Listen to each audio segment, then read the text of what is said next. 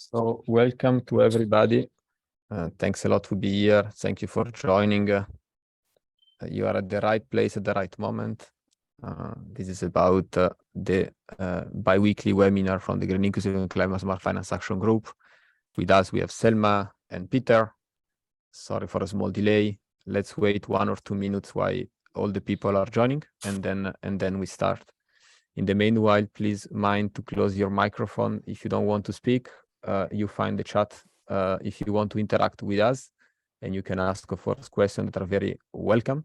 And as well, you have a question and answer option. So we are back with you in 1 minute or 2 to start. Thank you.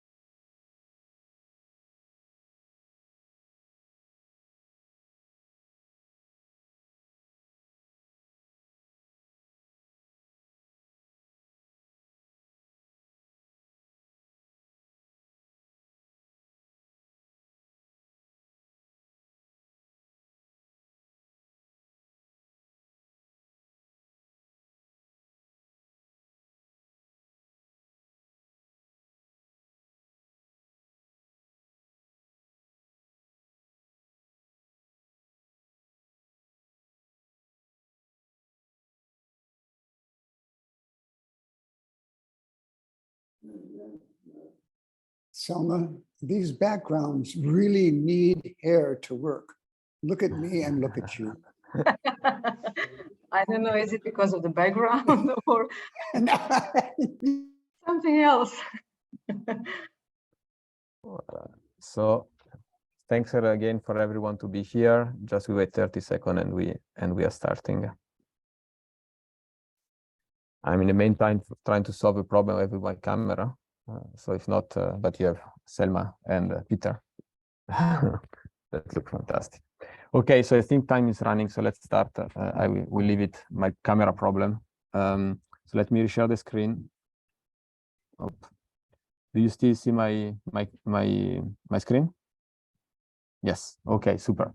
So let's start. So we're unfortunate. I tried to solve my video. I didn't manage, so we start without my video. But many of you know me by face. I will distribute picture after the talk.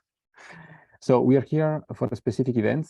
We want with this with today's event to launch a working group that we have been discussing for a while. That is called the Green Heroes.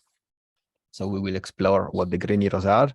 The Green Heroes are basically institution in inclusive finance that has been having extensive experience in developing and implementing green products. And we want to build this group together with a member of the action group so that we can, keep up the innovation and sharing knowledge and help the sector to grow. I will say a couple of words.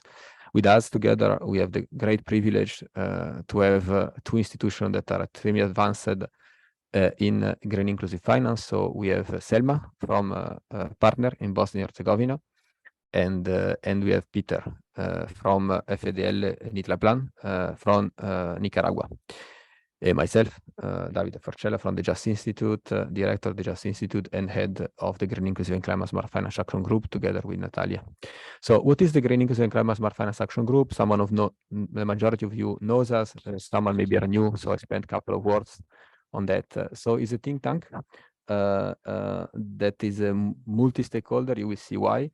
That has basically the objective to work together with the sector to improve knowledge and action in green inclusive finance, to enhance cooperation, to increase international attention, and of course to develop indicators and tools and standard for the green transition for the inclusive finance sector.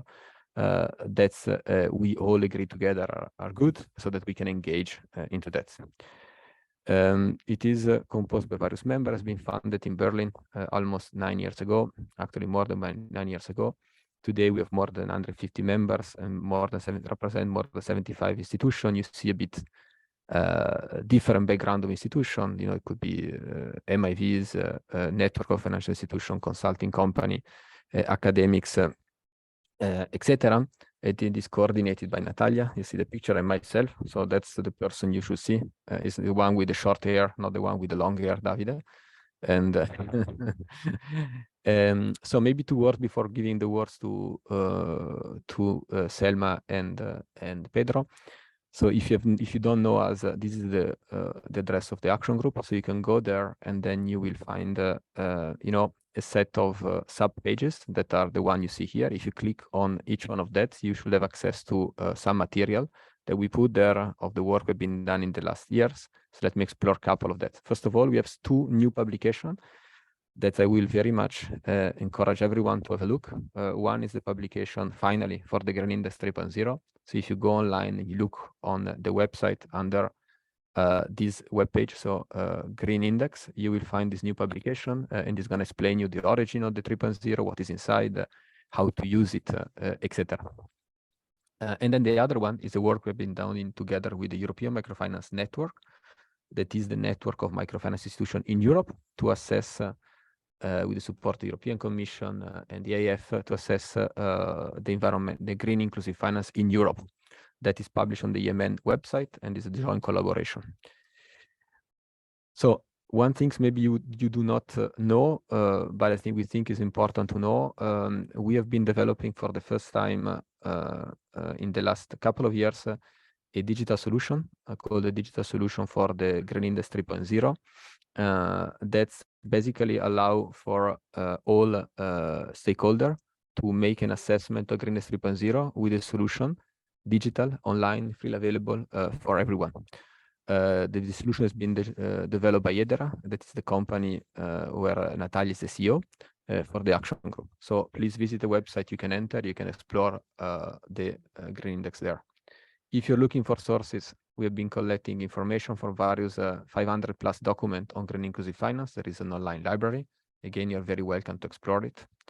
Webinars. If you look for the content of this webinar and the past webinars we've been doing, you will find around 25 records of webinar with experience of green inclusive finance worldwide, and as well the material. Also the material of this webinar will be found there. Last but not least, we have training. Yeah, we've been publishing a quite extensive training on green inclusive finance, organized in 7 modules, with 2 specific topics at the end, so gender and digital. Again, it's freely accessible, freely available. If you need to get trained, you can get in touch with us, as well as if you need to have, you know, an audit of the action of the Green Index, to get in touch with us. But if you just want to self-train yourself, please be our guest. You can connect, you can use it, and you can use it with your people. So again, it's freely available. But let me then pass to the topic of today, is the Green Hero. So I just have 1 slide, and then I leave you the floor to the one you really want to listen at, not me. So what are the Green Heroes? The Green Heroes is an idea that we developed some time ago because we very much believe into peer learning. We very much believe that many times, you know, we develop best practices from a point of view, you know, of international agency or, you know, expert consultants or academics. What's the best will be, why don't we try to learn from the one that actually implemented, you know, green products and green inclusive finance strategies and risk management tools, etc., in the last 20, 30 years. Because even if that will not be aligned to perfect international standard, is what happened on the field, and we can learn a lot. So the idea was to put together a set of microfinance institutions that has extensive experience, and found a working group. Here we have 2 representatives, so Selma and Peter, that are part of our Green Heroes. You will see why they are our Green Heroes when we explain their experience. And the idea that this group would like to work on 2 sides. One, to put together the institutions that are most advanced to keep on up the innovation. It was very nice when they have the first discussion between Selma and Peter, even by email yesterday. So to learn from what did the other one. So, you know, you do 2 things differently, so you can really keep on learning and innovating.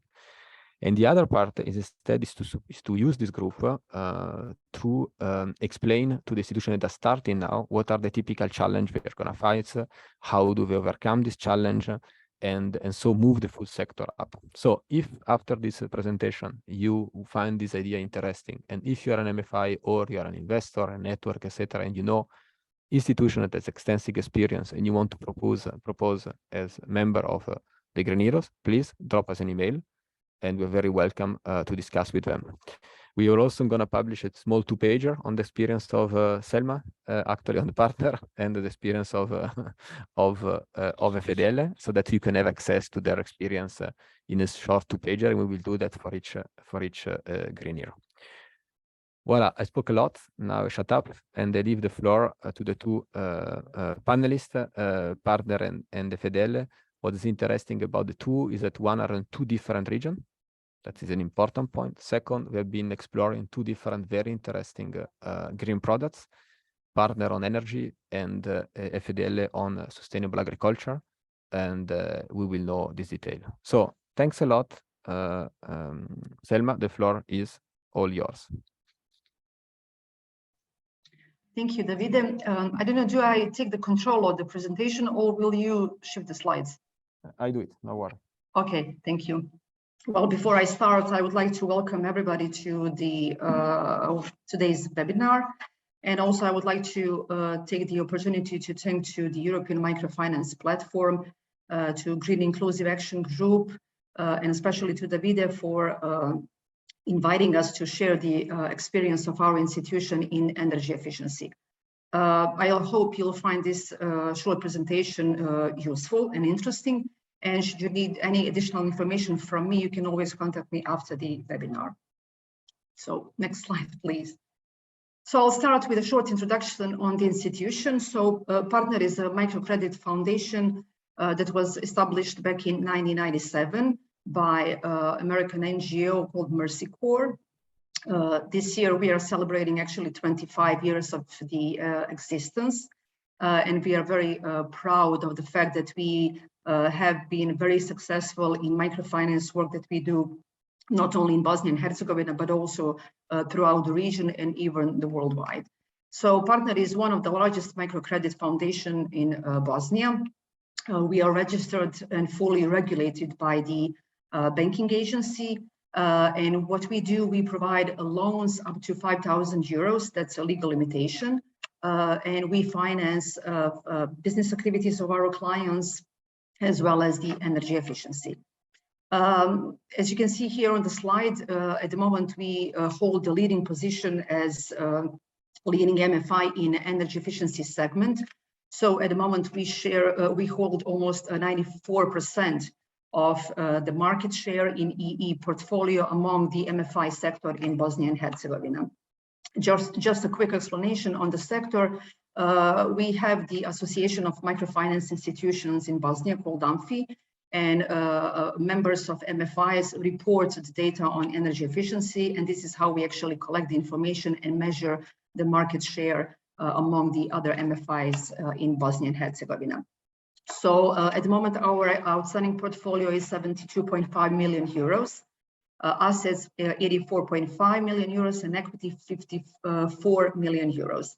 At the moment, we serve almost 440,000 active clients. Total number of employees is a bit less than 300.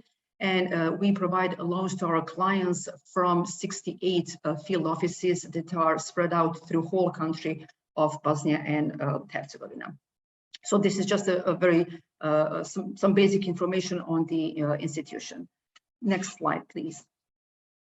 So why green inclusive finance? I need to take a step back and just explain how we actually started in green energy. So the pioneering steps in green energy for Partner was actually in 2011 with a project on solar energy that we implemented together with USAID. So the purpose of the project was to introduce domestic production of solar panels, and also at the time to provide loans for users of locally produced solar systems.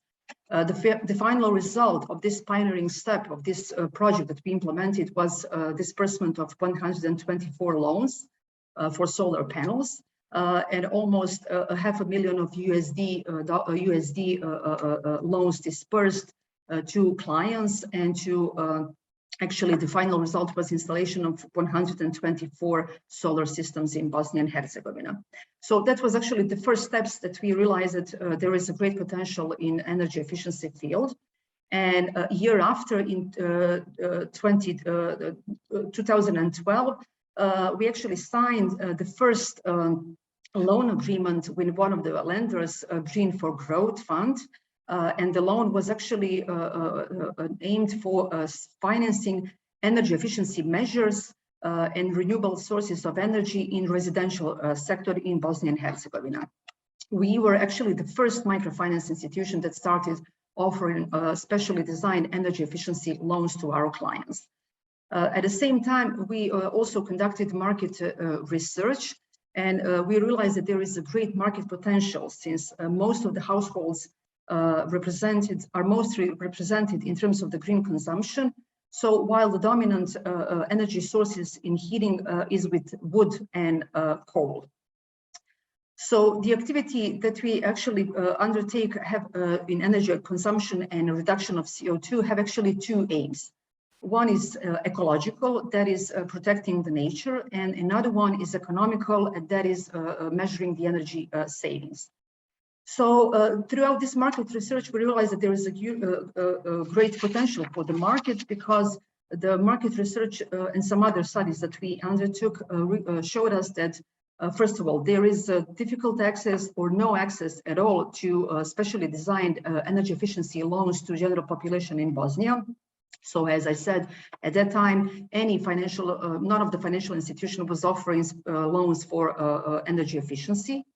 85 up to 90% of individual houses in BIH have an unsatisfactory thermal protection in terms of the prescribed regulations. For example, buildings built before 1970 have no insulation, and buildings built before 1980s have a moderate or no thermal insulation whatsoever. In terms of the energy consumption, as you can see here on the slide, there is a great potential for energy savings, because an average household in Bosnia and Herzegovina spends almost 180 kilowatts per hour per square meter of energy, while this number is significantly lower for the Western European countries, where this energy consumption, or the average, the amount of the energy that the house spends, is 55 kilowatts per hour per square meter.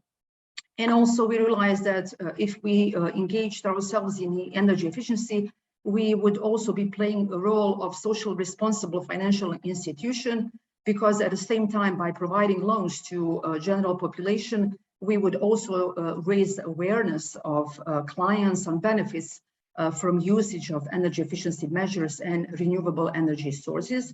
And also we will help clients to better understand what are the benefits of loans that they will be using. And also a very important thing is that the pollution, as you can see here, Sarajevo, the capital of Bosnia, is the most polluted capital city in the world, even after some large cities such as some cities in China or in India. And for example, a couple of days ago, actually on November 27th, Sarajevo was the 4th polluted city in the world. Right after Sarajevo, we have Tuzla, and Tuzla is the headquarters of Microcredit Foundation partner. And Tuzla is also the most polluted city in Europe, even after Tetovo, which is a city in North Macedonia. And also these studies that we undertook showed us that there is a huge potential, and some figures say that energy efficiency potential is 2.5 billion euros. So as you can see, these are all the reasons why we actually decided to engage ourselves in green inclusive finance. Next slide, please. So what are the results that we have accomplished so far? Over 64 million euros have been dispersed to our clients in energy efficiency. Mainly, when I say energy efficiency, I mean mainly on the energy efficiency measures. Throughout this loan amount, over 18,000 clients have been served in energy efficiency. At the moment, we hold our disbursement share is 30%, and our portfolio share is 20%. So as you can see, it took us some time, to achieve these results, these very impressive results. And it took us a lot of time, energy, and efforts in order to become the leading MFI institution in the energy efficiency. Also, by providing loans for energy efficiency, we are managing to reducing CO2 emissions. And you see here the figures in terms of CO2 reduction and also in terms of the primary energy savings. And it is really important to mention that these figures that we actually have here on the slides are collected in a specially designed software that we used called eSave. That's the software that we developed as a part of the technical assistance that we received from our lender, Green for Growth. And this is a software that actually helps us to collect all the information on individual loan, on individual client in terms of the savings that they will achieve if investing any of the energy efficiency measures. So no need to read the figures. You can see here that we actually contribute a lot in terms of the CO2 reduction and in terms of the primary energy savings. Next slide, please. So what is the typical profile of the client? Average loan amount is almost 3,000 euros, while our average loan amount for other loan products is a bit less than this average loan amount.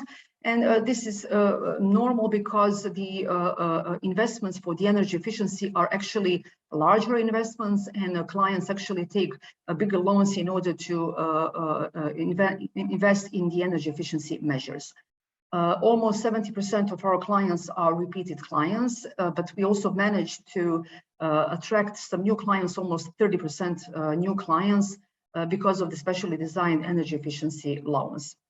The majority of our loans, 89%, are for natural persons, for housing, and also only 2% for legal and agriculture entities. Next slide, please. So what would be the key benefits for our clients that are using loans for the energy efficiency? And these are the benefits that we are trying to communicate with the public. These are the benefits that we are communicating with our clients, and this is something that really represents the work that we do. So first of all, the benefits for clients are savings in terms of monetary savings, because there is increased prices of electrical energy, water, and energens, and this is something that is probably more and more happening because of the last events that we have this year. So we are only expecting that the prices of the electrical energy and the energens in general will increase more and more. By using loans, our clients are in a position to save on energy and water heating costs. And also, it is really important for them to understand that once they implement the energy efficiency measures, they will actually improve their quality of life because they will have more comfortable housing unit or the apartment. So we have a lot of testimonials from our clients who say that, for example, if they have the individual household, before they take the loan from partner, they would heat only with the stove on the coal. It's usually on the coal or on the wood. They would heat only one room, and all the family members will gather in that room in the house. But now, because they invest or they change the heating system, now actually the whole family is having a better quality of life, more comfort, because they can use the whole house, not only one room that is heated. Also, by using loans for energy efficiency, clients increase the real estate value on the market. Unfortunately, this is something that is not fully recognized in Bosnia and Herzegovina, but this real estate value of the households and individual objects will become more and more attractive in the future. So basically, we are preparing our clients to work on the increase in the real estate value of the clients, of their individual houses. And also, it is really important to mention that as a part of our offer, we provide financing options, affordable financing options, meaning loan products that have a lower interest rate compared to other loan products that we have in offer. And because of specially designed EE loans, and because of the credit lines that we have with different lenders, we are in a position to provide grants or fund return for our clients ranging from 10 to 20% of the investment.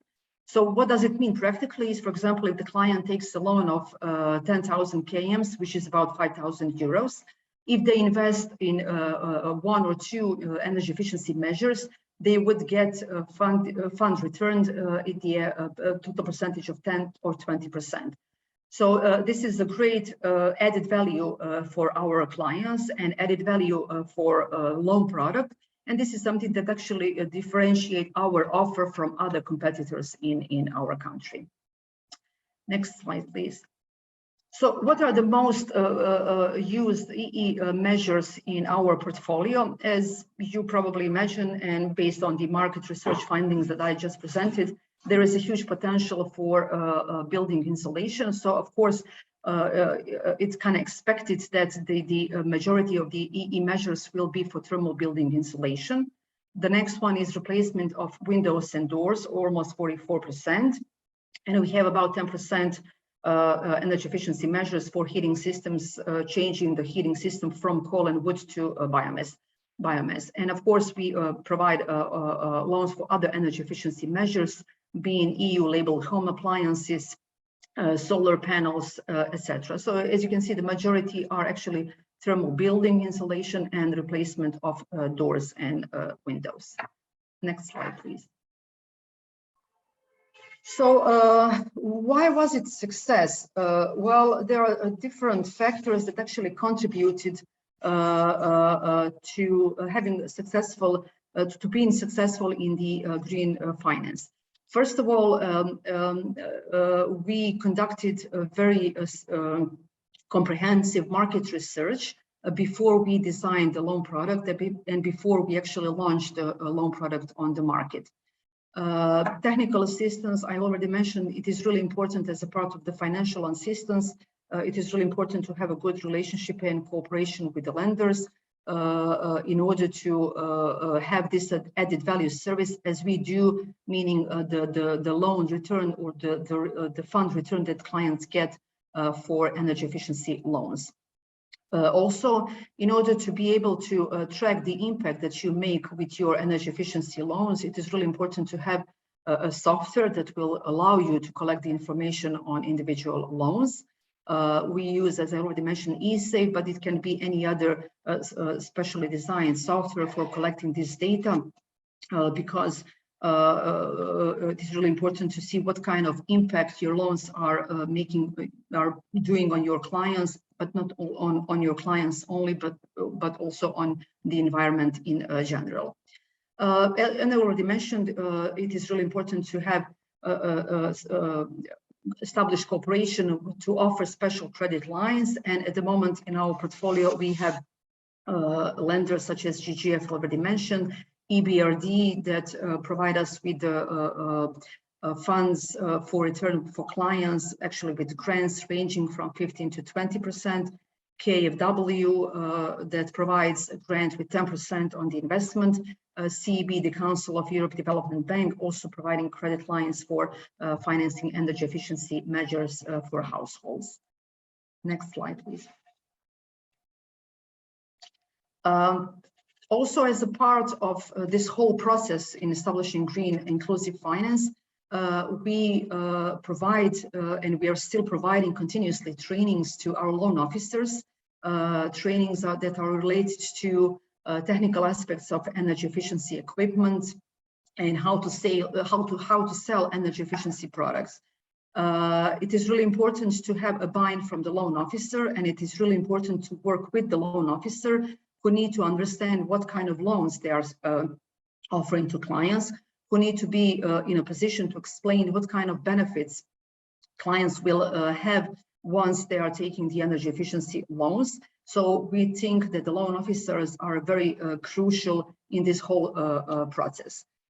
Also, one of the success factor was a lot of activities that we undertook in order to raise awareness of the general population on what benefits they would achieve from investing in energy efficiency measures through different education campaigns that were specially designed not only for clients and for potential clients, but also for general public. It is also really important to establish a good cooperation with the energy efficiency stakeholders, different stakeholders. It could be creditors or suppliers of different construction materials, or suppliers generally that provide energy efficiency equipment. It is really important to start small, as you can recall it from the beginning of my presentation. We started with the one pilot project that we implemented with USAID, and now we are very dominant in the energy efficiency.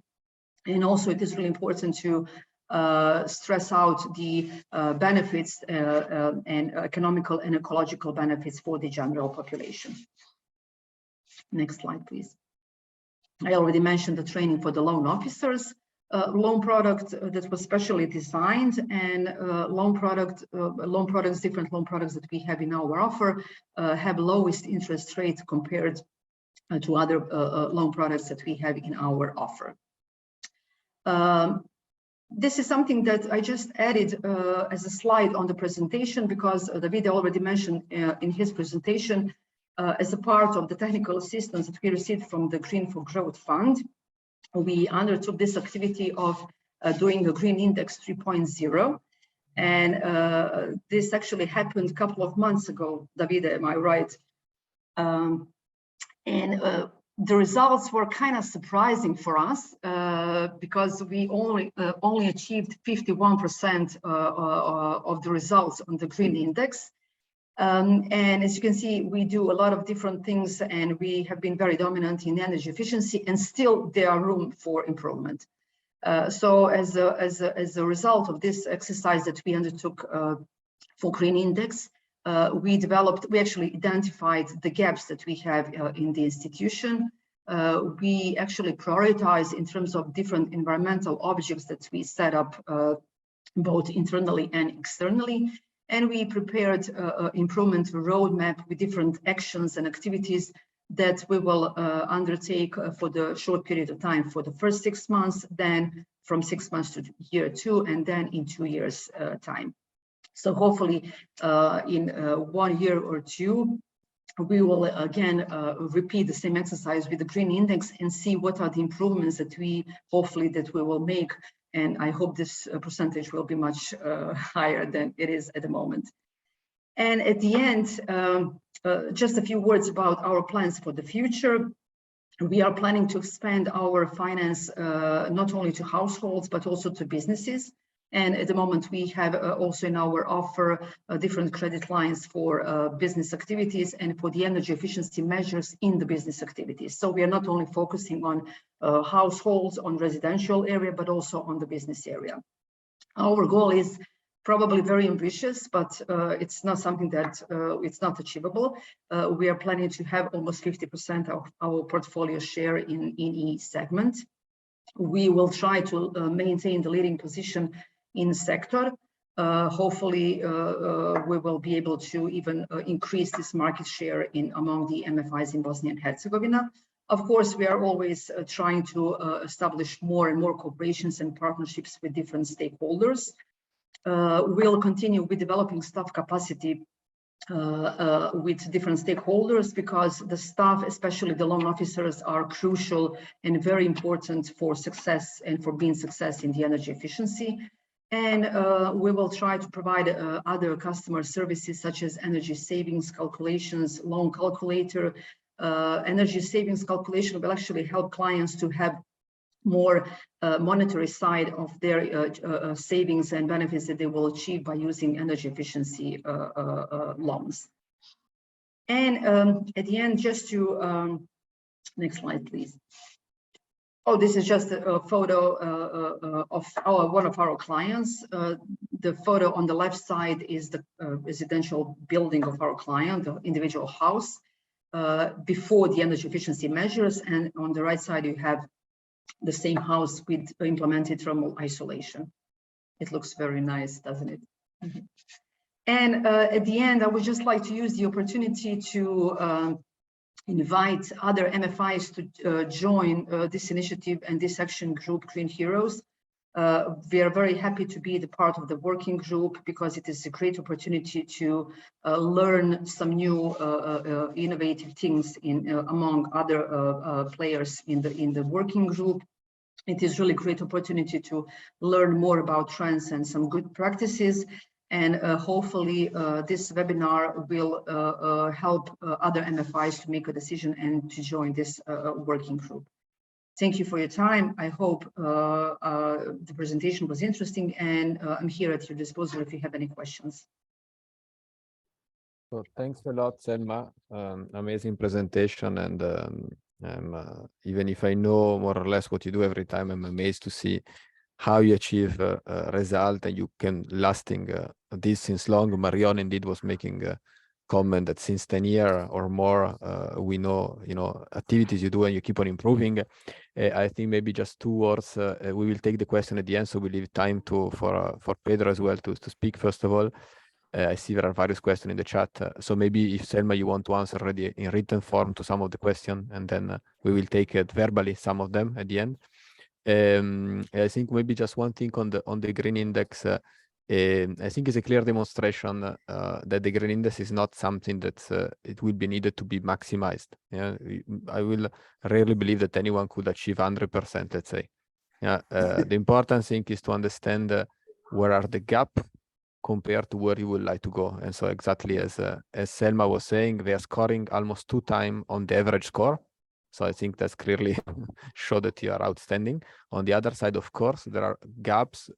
Some of the gaps are within your core objective, and of course the one that you are developing now with the new strategic plan, and other will still remain gap because are gap against something that maybe you don't want to do or you don't have a market to do it. Yeah. Okay, so moving forward, we have the honor to have Pedro Marchetti from Nitlapan and the FDL, and he's going to tell us about their experience as outstanding as the one of Selma, but on a total different setup. Please, the floor is yours. Okay, can you hear me? Hello? Yes, and I want to apologize, of course, that I am the only one without the background, even if I asked everyone to put the background, because my camera with background is not working. Now at least you see me. So I had a small improvement, but not perfect. So you see I'm scoring 50%, Selma, on my green index at this moment. Voilà. Yes, we can hear you, Peter. Okay, very good. Okay, the name of this little presentation is Resilience. The only way to survive dispossessing policy architectures. I just want to say, that Selma and I and our institutions have so many strategies that are so similar in such different contexts, right? I mean, they live in a context of champions of pollution, right?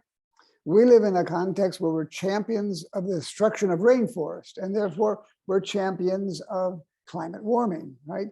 And we're in the same ballpark. Maybe our average loan is about 1,300 right now. We have about 20% in housing, but our specialty is in agriculture, right? So let me just work for the real home messages, right? The take-home messages are this, right? And to do that, I want to take you back in time, about 35 years. And that's when Mohammed was doing his work for about 3 years. And at that time, there was no credit culture in rural areas.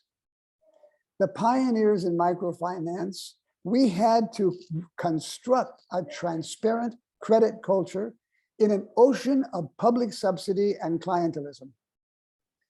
At that time, the question that came from the poor peasants was, why do we have to pay an interest on our loan?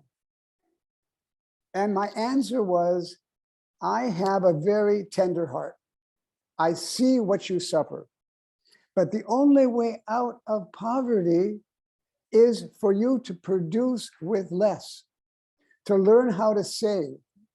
The interest rate forces you to produce better, to save on everything you do in your corn and bean patches, and thus to get out of poverty, right? So my first message here is resilience is really saving and being austere. The second message is that Saving is the only way to survive the dispossessing policy architectures that are leading us to climate and social chaos, right? I'm not talking about client saving, that's clear, but also about austerity within our institutions, right? My hypothesis is that the FDL used to be more austere than partners. And what we did was we accumulated, you can see in this chart here, assets. We have 143 ratio to the assets of partners, right? In our first loans, the Rockefeller Foundation said to us, you cannot do long-term loans to poor farmers in agriculture without a strong asset basis, and you don't have it. Well, we didn't listen to them. With the poor peasants, we saved our way to assets that now double our portfolio. It's very important against risk. And you know, our country is probably the highest country risk you could find for microfinance anywhere.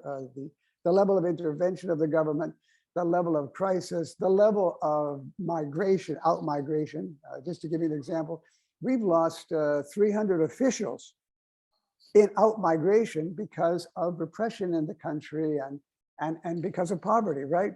But I'm going to also say that my hypothesis is that partners, that Selma and her crew are much more austere now than we are, right? If you look here at their home offices, they have a lot of home offices that are not huge, and that's really good, right? It also is, you have to be austere to do it. We have so many more employees than they do, and that's because, well, the number of our clients, we used to be about 75,000 clients, and now we're down to 50 because of the political and economic crisis in the country, right? So I have this little chart here to kind of show, you know, the differences, and it's really amazing that number of employees for what they're doing and the number of offices that they have is just extraordinary. Let me go on now, okay?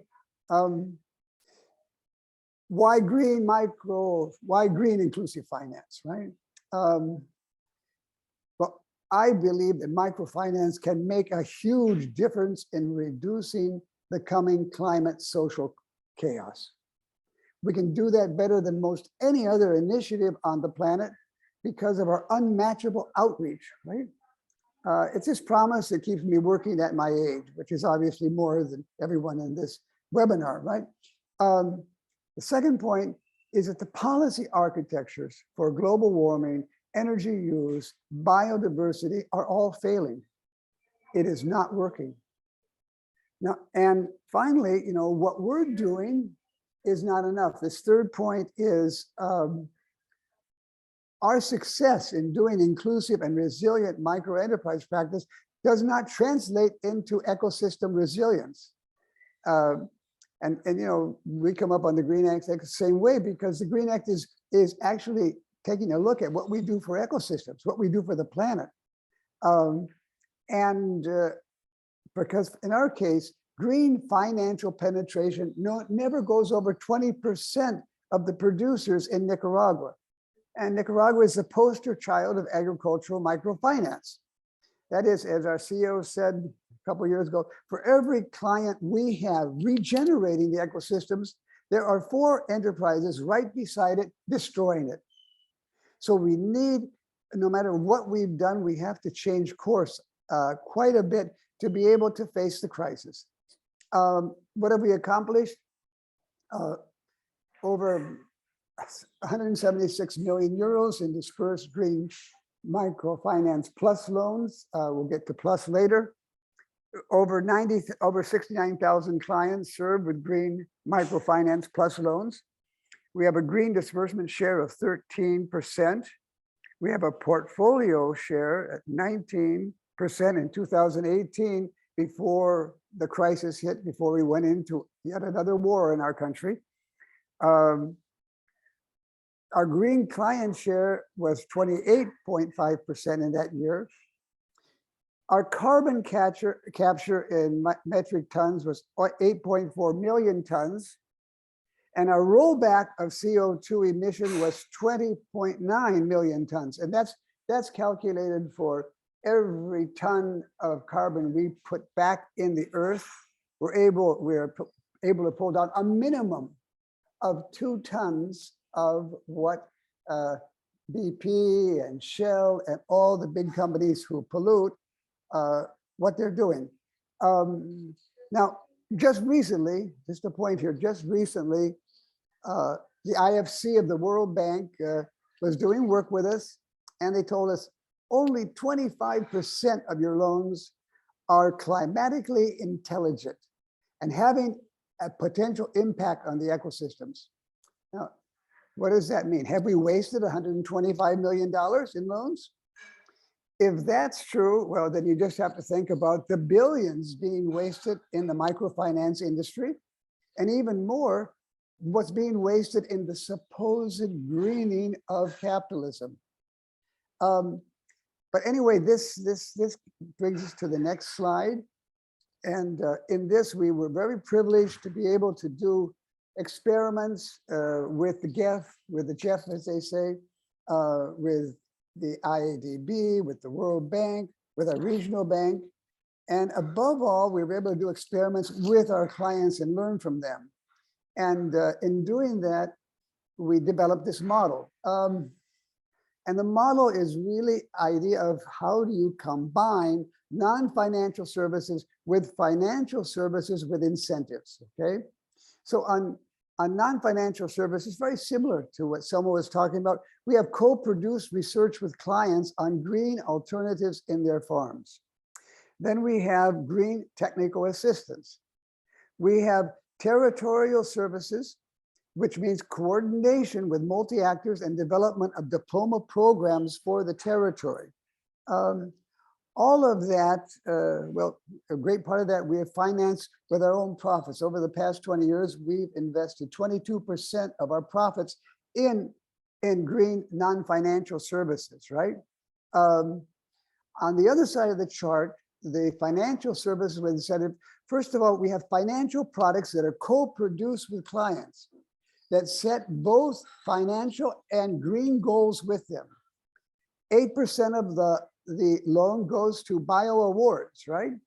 And another 25%, this is different, but very similar to what Selma and her team are doing. 25% reduction in interest rates for meeting green goals. Now, so we are able to subsidize some of this too, some of this financial subsidies. For every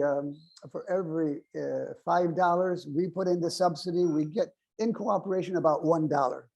So this is the model that we've developed, right? Now, what is missing? We think what's missing in the industry is mitigating diversity loss in microfinance.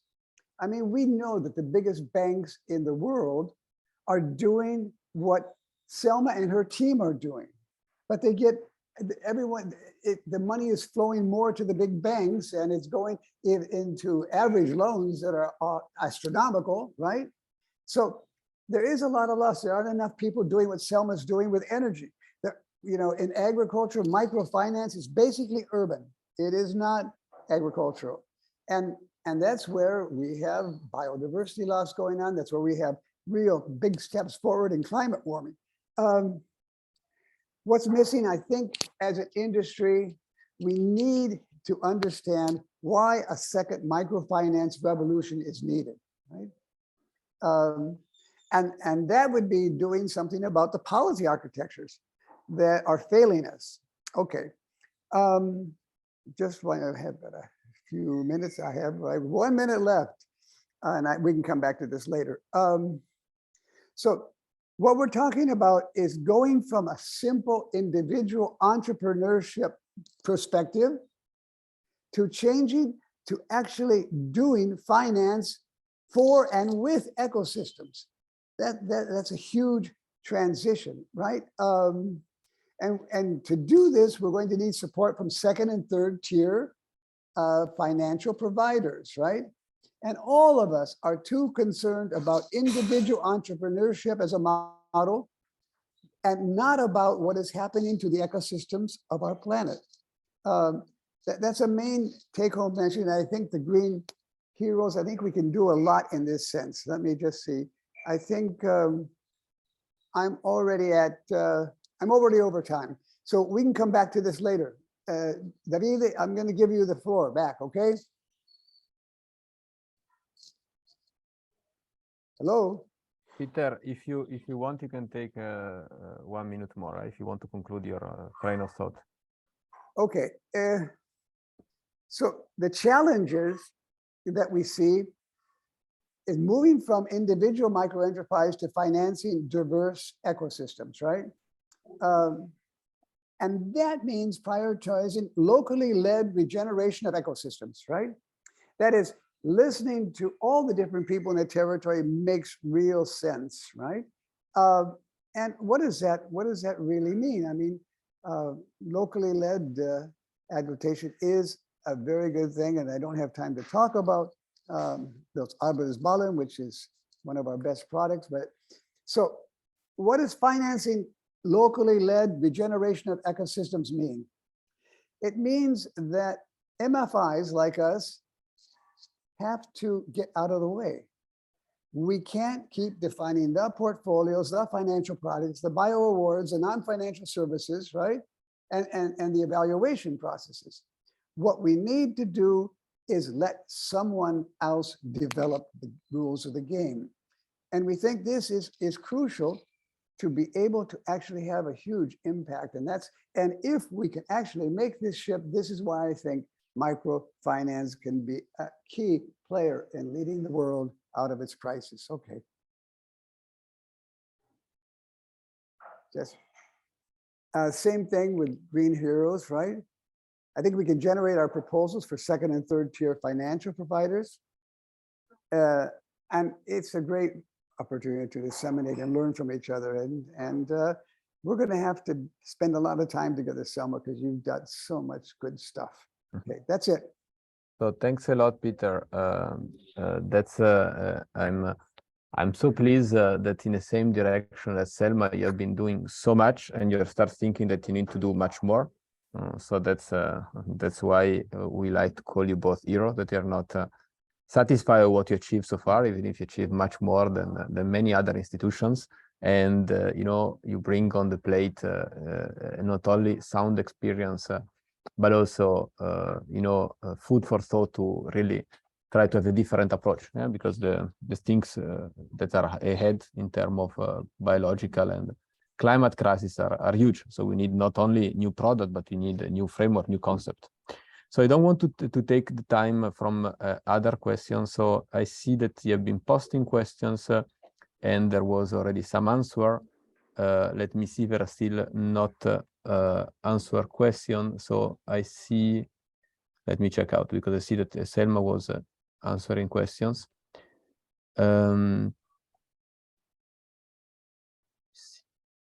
Let me just see. Okay, so there is a question from you, Selma, I think. The question from Marion. Have you answered already?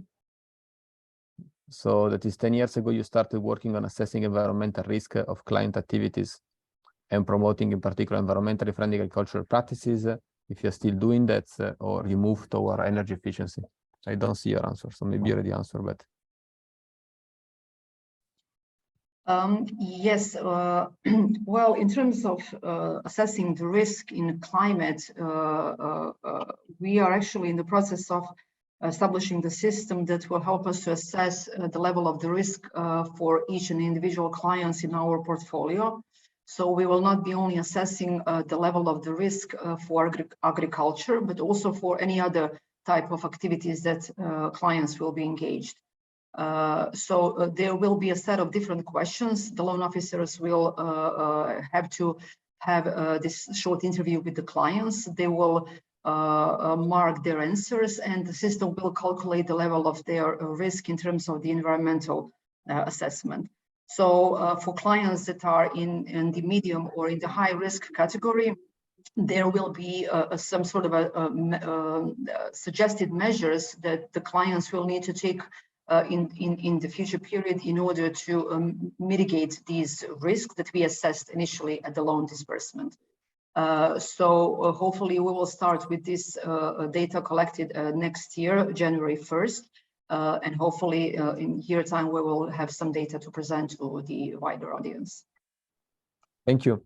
There is another question. I think maybe we start this with Pedro and then we go to Selma. This I think is a key topic, but for many reasons, just transition, but also in terms of also climate change, adaptation and mitigation. So Sabanota asks us, is there any sex disaggregated data collected? And if so, what sort of trend do you see? Maybe Peter first and then Selma. Are you considering your strategy, your product also in terms of gender lenses? And what do you learn out of that?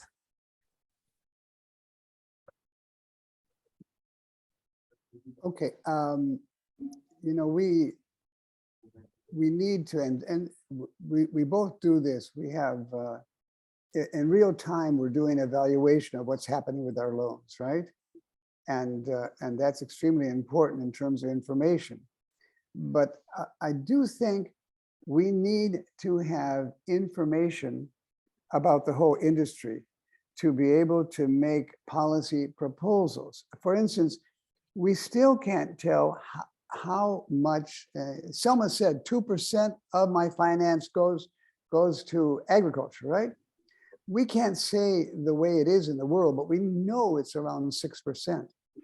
So we need to have information on the whole industry that says where we are going. I mean, all of us started in the rural areas. We're still 75% in the rural areas. But to really say what's the difference between agricultural finance, which can actually make a change in terms of the ecosystems, and what's the difference between that and rural finance? Of course, a lot of people have a lot of rural finance, but rural finance is not agricultural finance. So, you know, we talk about information gathering. I think this is crucial, right? Just to be sure, Peter, it is about sex disaggregated information. Eh? So if you know, sex is aggregated, so women and men. Oh, okay, yeah, and that's, I mean, that is crucial, and I think, you know, what David has put up in his training programs on women is very, very good. I mean, I don't know where you are, Selma, but you know, we're where everyone is, about 54% women, but that's more true in the urban areas that we have women.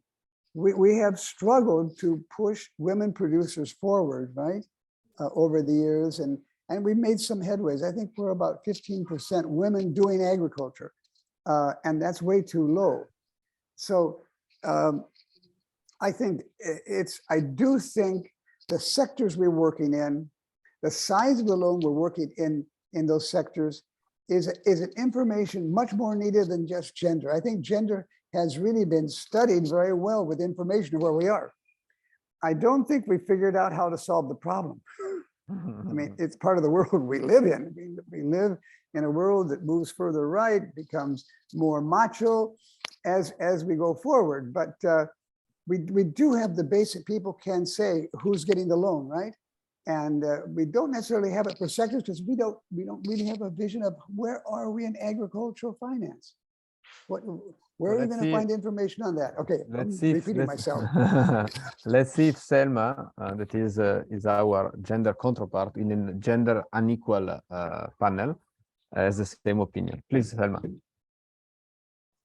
Well, in terms of the gender issue, someone asked what's the status on the gender, and do we see any trends in our institution? Well, I can speak for Partner, and I can tell you that we always, even in our mission, we say that we provide loans to clients, to economically active population, but we also try to enforce more women in business activities. So the percentage of our female clients has been almost 40% over the time, and it's been pretty much the same, you know, 40, 42%, 38%. So in the past, we have been trying really to push more for loan officers to focus more on women, because we know that the women, in some cases, women are the ones who are actually, more engaged in some business activities rather than men. But then you need to bear in mind the conceptual aspect of the gender issue in Bosnia and Herzegovina. Males or men are more dominant in Bosnia and Herzegovina than women, and usually even if the woman is engaged in the business, the man would be the one who is the signer of the loan agreement. And in terms of the energy efficiency, there is one interesting finding from the market research that we conducted with the Frankfurt School of Management, especially for the energy efficiency. And the finding was that basically in terms of the making decision whether to invest or not in energy efficiency measures or to improve the energy efficiency in the households, women are the ones who are making decision. And why is that? Is because usually women are the ones who are staying in the house. They're spending almost the whole day in the house, while the man is out there working, doing, their job. And they are the ones who are making a decision to invest in the energy efficiency because they want to have more comfortable house. They want to have more better life quality. So this is something that is really, very interesting finding from this market research. Yeah. Thanks a lot. So for the sake of time, I take another question, and then I think we need to close. I think I take a question that's applied to both of you. So Luzin is asking us, what are the challenges that you faced in rolling out the pilot, and what changes did you make before rolling out the product? I think this is the key question. We used to pass in green inclusive finance from pilot to pilot and pilot to pilot, and nice experiences. Question is, that you reach certain volume, and as you said, you still have a way to go, but you went beyond just piloting things. How did you manage to make the step?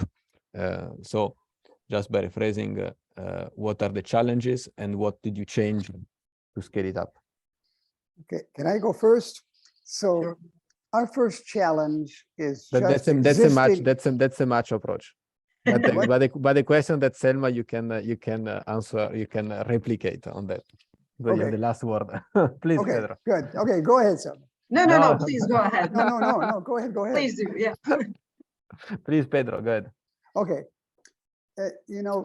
For the last 8 months, the government has been trying to declare us illegal, and they didn't succeed.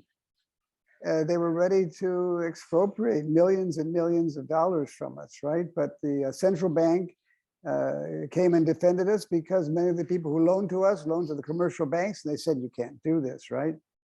So just to exist, it does it. But in this period, since the beginning of the strong phase of the dictatorship, when it began in 2018, we've lost 35,000 clients, right? Our share, of clients in green was 28. It's now down to 8%, right? 8 to 11%.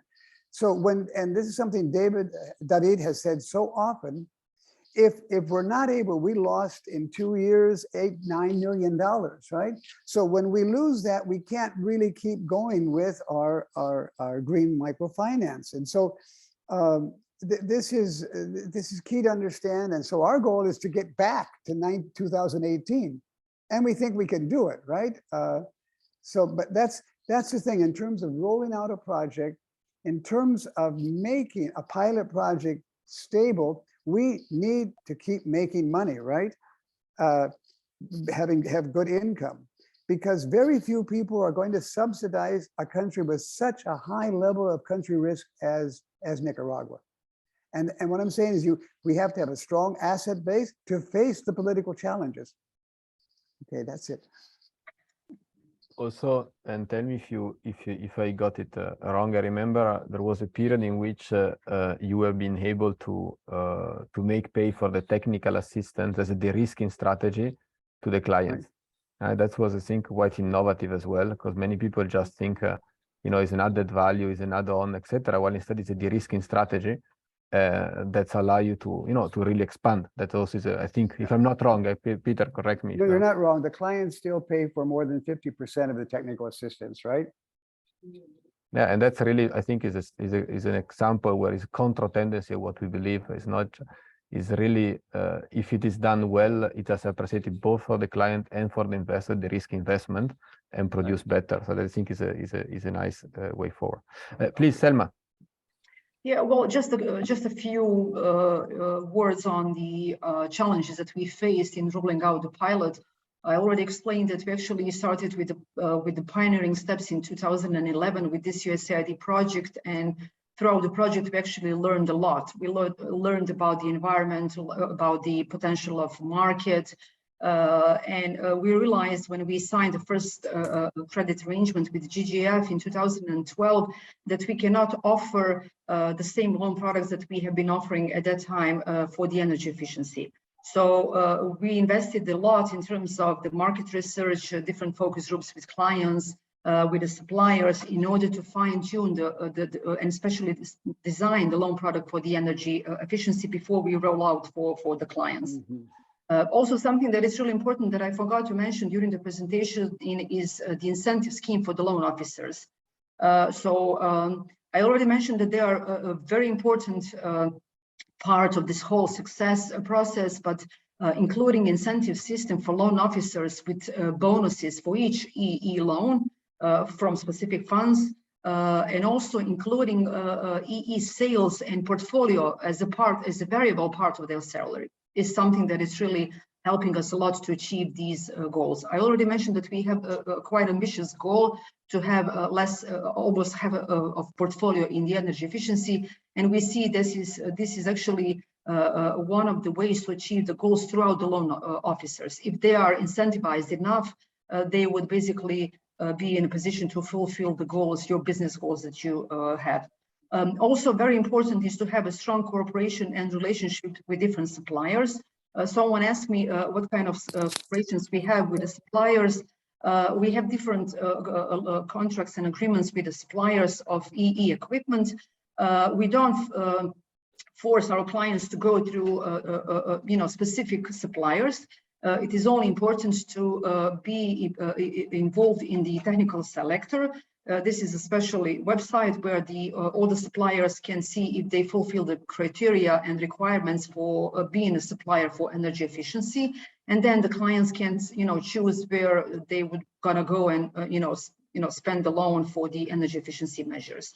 And I will end with this constant training and high quality training in two directions, not only for the loan officers, for the technical characteristics of EE equipment and for selling techniques on EE products, but also a training for the clients, what kind of benefits they would achieve if they use green loans. It is really important for them to understand what kind of benefits they will have if they use green loans. Otherwise, nothing will work out as you plan. So thanks a lot for this detailed explanation, and I think unfortunately we need to close, but you see how rich is to discuss with people and institutions that has been implemented this product for quite a long time, and how do you see on on actual field experience many of the best international practices playing the game, and some also in surprising ways. So for example, just rephrasing two things that you've already said, I think we could summarize one of the, let's say, of the ingredient for success, as it means to scale up green products, is about having an ecosystem approach. So you cannot just think into disperse alone, and then that's just a product. You need to understand the client, you need to understand the provider, you need to understand the ecosystem if you want to have an impact into that. And that seems costly. Many people say that's an holistic approach. It seems costly. But it seems that when you pass the gap of being from a pilot to reach a certain scale, that's what allows you to consolidate and actually generating benefit. The question will be, how do we accompany to make this jump from just having a pilot and then reaching a certain croisière? This will be for the next for the next time, for the next episode. So I tend to remind everyone that all this material we have been seeing, so the video as well as the presentation, will be online on the website of the action group on the subpage of the webinars. In addition to that, we will have another webinar led by Natalia that is here with us. So it's the last one of the year. I think it's the 15th of December, if I'm not wrong. And so you're welcome there as well. For what respect to the Green Heroes, yes, we are gonna constitute a group. So if someone of you is willing to join, thinks as a scientific experience, you know, institution that's should be qualified, please drop us an email. That clearly is very interesting for us. And again, so as Natalia, as Selma has been showing on the Green Index side, so we invite everyone to do two things. Look to this publication that we just printed. So the publication from the Green 3.0 you find on our website. So if you want to know the detail and if you want to try it out and see how it works, we clearly invite to go on this link of this of the Green Index digital solution developed by EDRA for the action group, so that is clearly available for everyone. You can try, and beyond trying, I think Selma, I think you'd already done 2 months ago. One of the good results is that you understand beyond what you do, what you could do. So even if you are a beginner, you just open and you go through that, and that's like a summary of, I'd say, more than 1,000 environmental assessment, what could be done, how it could be done, and is also, is awareness raising tool and the training tool. So Selma, I'll get in touch with you. We want to invite you to speak to our board members, especially in the Green Microfinance Committee. I think we'll set that up. We'll talk about it. It'll be very good. Okay. Great. It will be my pleasure. Thank you. So a live collaboration, you see, fantastic. Yes. And a live invitation. So when voila, and this is an announcement, it's an end of month. So voila. So thanks for everyone. Please be safe home this evening and enjoy the weekend. And we meet you all in the next webinar. Thanks for your participation. Thanks for your enthusiasm. In particular, thanks to Selma and Pedro for sharing with us more than 30 years of experience, and be so kind to be with us and repeating things you keep on saying to many people. But it's so rich what you share with us, and we very much thank you. Thank you. Thank you. Bye-bye, Natalia. Bye-bye. Bye-bye.